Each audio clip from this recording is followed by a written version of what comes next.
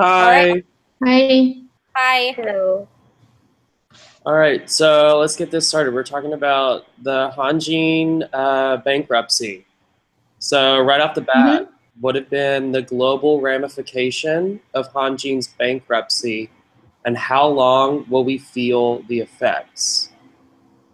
So obviously, this is a very global situation.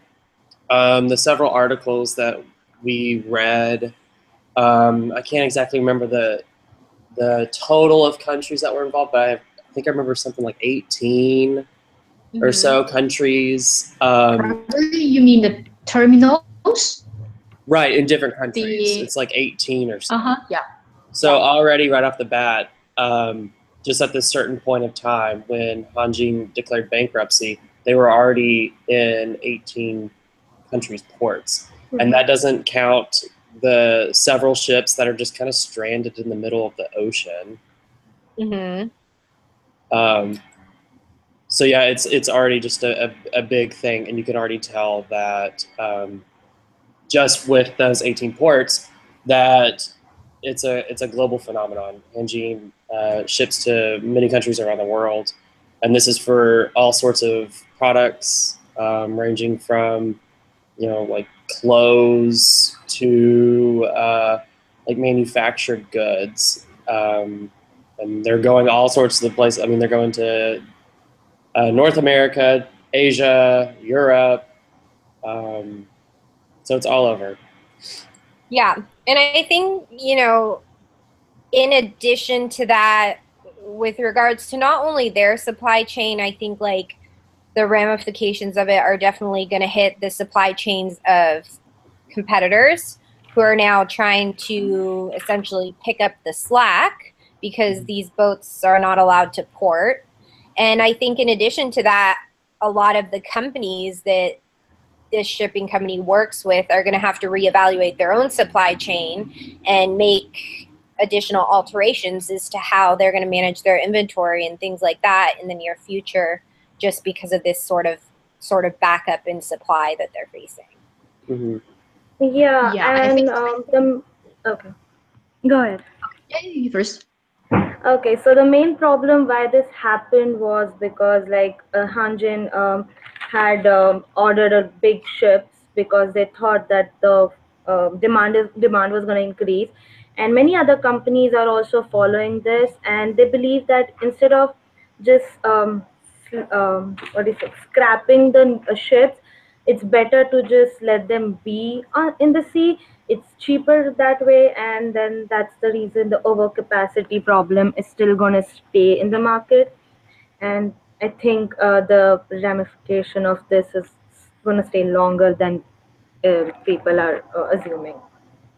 Yeah, but I think the shipping companies will feel compelled to reconstruct their assets and service in light of Hanjin's bankruptcy, Yeah, which basically caused by overcapacity. yeah, I agree with you. So in the long run, I estimate the rates could be raised because of the supply will probably be dampened by this reconstruction. Mm-hmm. Those Yeah. And that shipping was companies in order to over that happened to Hanjin. yeah, and that was something that is already happening now. Again, I can't remember the exact numbers, but basically the cost of shipping from Asia to the West Coast at one point was half of what it normally is, but right after Hanjin's bankruptcy, it like skyrocketed to almost twice of what it normally was. And so just the backlash from it is already, or at that point, and I'm sure it's still, there's some rippling effects still occurring, but at that point in late 2016, it was immediate. Do you guys think that it was the best option for the entire supply chain for ports to deny all of their ships, or do you guys think that more ports should have continued to accept them just to kind of get that supply still moving? I think it's hard to say because the port service vary, we could receive the payment. Can you repeat that? Cargoes to deliver. Yeah, can you repeat that? It was kind of cutting in and out. Yeah. You mean? Yes. Oh, okay. I just said because I think the service providers such as the port or the truck worried about if they can receive the payment from Hanjin if they provide service to the cargoes. It's hard for them to give service at that moment. Yeah, and I mean you can't blame them if the company and the workers are worried that we're going to put in all this hard work and move all these boxes and unload all this stuff or get it onto trains or whatever, and they're not even going to get paid. Like, you can't blame them for not wanting to do that. Especially when the ports are already so congested as it is, and that people are kind of fighting for spots. And if you know these other companies can pay, why would you free up a highly contested spot to somebody that's not going to pay? Yeah. And I think that's a good point. I think that, a lot of the articles and even the other option really discuss the whole issue of ports really fighting for capacity at this point. And so I think that, quite frankly, financially and logistically, they just can't afford to risk not being paid the money that they need. But on the other side, you can't help, or I couldn't help but feel badly for the companies. I think it was Samsung who said they had like $38 million of product with these ships. And you feel sorry for them because you're like, oh my God, like it's just kind of floating in the middle of the ocean. Like they can't really get it. It talked about Hyundai marine merchants, like trying to kind of pick up the slack. But you still feel sorry for these companies because, Samsung's a big company, and they were able to, to talk about spending $8 million to get all that product on air, and like just fly it. But some of the stuff on that shipping might have been for a small local store that that material was critical. And if they missed their deadline, then that could have been the end. So it kind of shows just how perilous logistics can be if it's not properly managed. It can be really disastrous for companies who aren't prepared. Yeah. So kind of moving off of that then. But I really appreciate what the CEO of Hanjin did. He usually it's only out. Oh, are you talking about when he used personal funds to pay off? Yeah, I thought it was nice and noble, but I thought it was kind of a hollow gesture. Because in my head, if the company has been suffering from such financial turmoil the past couple years, but yet he somehow had $30 million that he was just willing to give, it kind of in my head showed a misappropriation of funds, and that the CEO was clearly being paid way more than he should have been. Millions of dollars that could have been. Yeah, it was one of them. I think one year they only made a profit of $8 million, and it's well, this company is only making a profit of $8 million, but this singular person has $30 million lying around. I thought it was kind of sketchy. I thought it was a nice gesture, but Well, it seems too, ironically, in addition to that, it really makes you wonder, was he just giving the money out of out of desperation because he finally now is at a point where he can't keep his money unless he's okay with his business going down. And that, And that's so true. If if he doesn't it feels like pay up money, he doesn't have a job. Yeah, exactly. So it seems like he was sort of holding all of those funds together until he absolutely had to let them go. And unfortunately, it took bankruptcy for him to do that. Yeah. Yeah. But yeah, so what lessons can businesses learn from going forward from this? So I think one of the most obvious is having relevant and continuous contingency plans. So making sure to do scenario analyses in the instance that things may go wrong, really trying to manage your relationships with the ports is really important in their case. And I think for them, they really just, quite frankly, yes, I feel that they didn't have a full recovery period after the financial crisis, but with how hard, because there's like one of the articles was just that graph, that timeline of their bankruptcy. And it just seems like, they make it as though the financial crisis hit them really hard, which it did. But for it to have hit them that hard tells me that they were financially unstable prior how hard it hit them. Right. Yeah.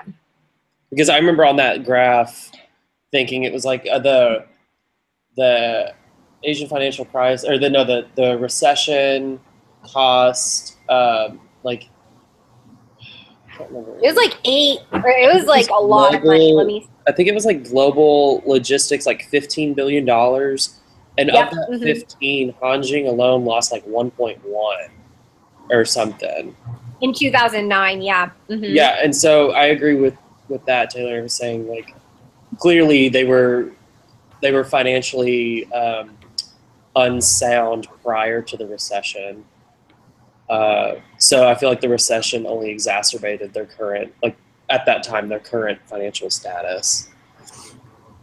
Yeah, I agree. And I think that, it's hard because we don't have enough information to really rectify whether or not they had any contingency plans. But I would say even if they did, they did something wrong along the way in terms of their logistics. Yeah, but then somewhere I read that in 2010 they made a profit which could have offset the losses which they had made in 2009 by 1 billion. I'm sorry. So I think if they could have just like planned it well, they had time to recover after 2010, but then somehow it just went downhill from there. Yeah. In addition to a contingency plan, I think the business articles mentioned should diversify their contract. I think they refer to at least to have two service providers to Right. In the same route or to the same destination. They need to find another supplier who can provide those services similar to Hanjin. It's some of bankruptcy, and they could still have another options. Okay. Delivered.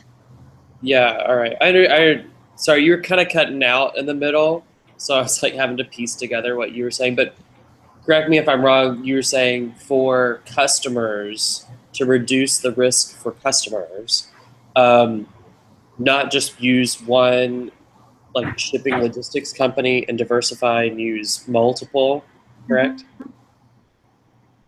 Yeah, I agree with that. I think that's a smart idea. Especially one of the articles mentioned Japan is probably the next. Some Japanese shipping company will be next because Yeah.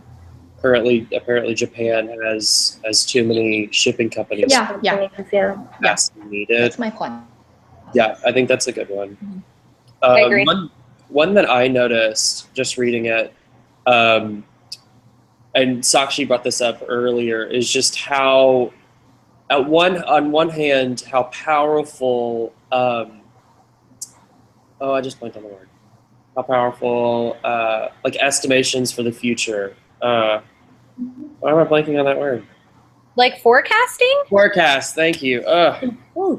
How powerful forecasting can be to like planning Yeah, finances no, definitely. and operations. But on the other hand, if that's your only source of planning, then when it's wrong, it's horribly disastrous. So for Hanjin, they were kind of betting on these really high growth numbers and transportation and shipping, when in reality it was half of that, or maybe not even half of that. And so here they are with these really, really expensive shipping costs and fixed costs, and they're not really able to do anything with it because the growth rate is significantly lower than what they thought.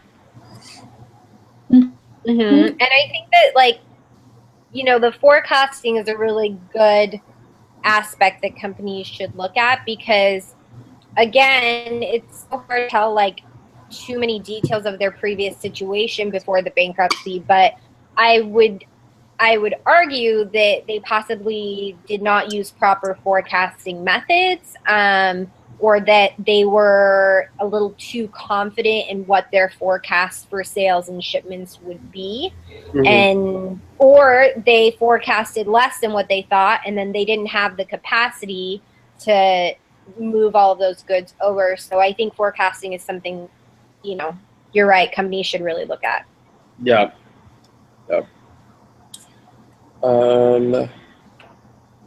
So this third and final question is kind of something that we've been talking on this whole time. So it says, there are many factors that contributed to Hanjin's demise, such as major losses during the 2008 financial crisis, which came shortly after orders of several mega ships, general hubris, and excessive container capacity worldwide. Do you think that Hanjin had time to recover from the 2008 crisis, or did they simply ignore lessons learned from the massive losses they accrued during that time? So basically, kind of what we we kind of already answered it. Yeah, just like, do you think they had enough time? Personally, honestly, I think Hanjin's collapse, I think it would have happened regardless of the financial crisis in 2008. I think it just would have happened at a different time, unless they had some major overhaul of their business structure and their management structure. I think it would have happened regardless. I think it would have too. I think that with the financial crisis, which was like the Eurozone crisis, the China issue, GDP changes, I mean, I think you're probably right. I think that they just weren't in a strong enough position, because there's many examples of companies who have survived and prevented bankruptcy by being adequately prepared for the possibility of it. So I agree with that. Yeah, so you guys think it's inevitable. So right. Well, what do you think? Don't you think they I'm not quite sure, but I just think any lessons from the 2008 crisis. See their profits just keep from 2011. But if they can take any upon those laws or make any analysis, I think they probably could avoid declare bankruptcy. But it seems they just keep stakeholders and ignore those possible downward trend in the industry. Turned out they cannot survive. I agree. Yeah, definitely. Yeah, I think, I mean, yeah, of course, because of the financial crisis, they went down. But then, if they could have forecasted it well, shipping industry is the biggest industry right now in supply chain. I mean, more than 80% goods and commodities are like shipped mostly. So, if they would have just like paid more attention to the what do you say, like the economy, how it's developing, or I mean, they would have just paid more attention to the recession and the other things. I think they would have still been in profit. Yep. Because it's a big company, and even though there are other big shipping companies, it was the most biggest. I mean, seventh biggest company in the world. Yeah, and I mean it's not a situation that's just happens all the time. This was, I think one of the articles said like the largest what did it say? It was like the biggest company to go under in shipping like ever. Ever, yeah, the first one. Yeah. All right. Well, I mean, does anybody have any other points or topics or anything interesting you remember? No, I think that's it. All right. Well, I think we're good, y'all. See y'all. Bye. Wait, No, stay on the video. see, Okay, bye. bye.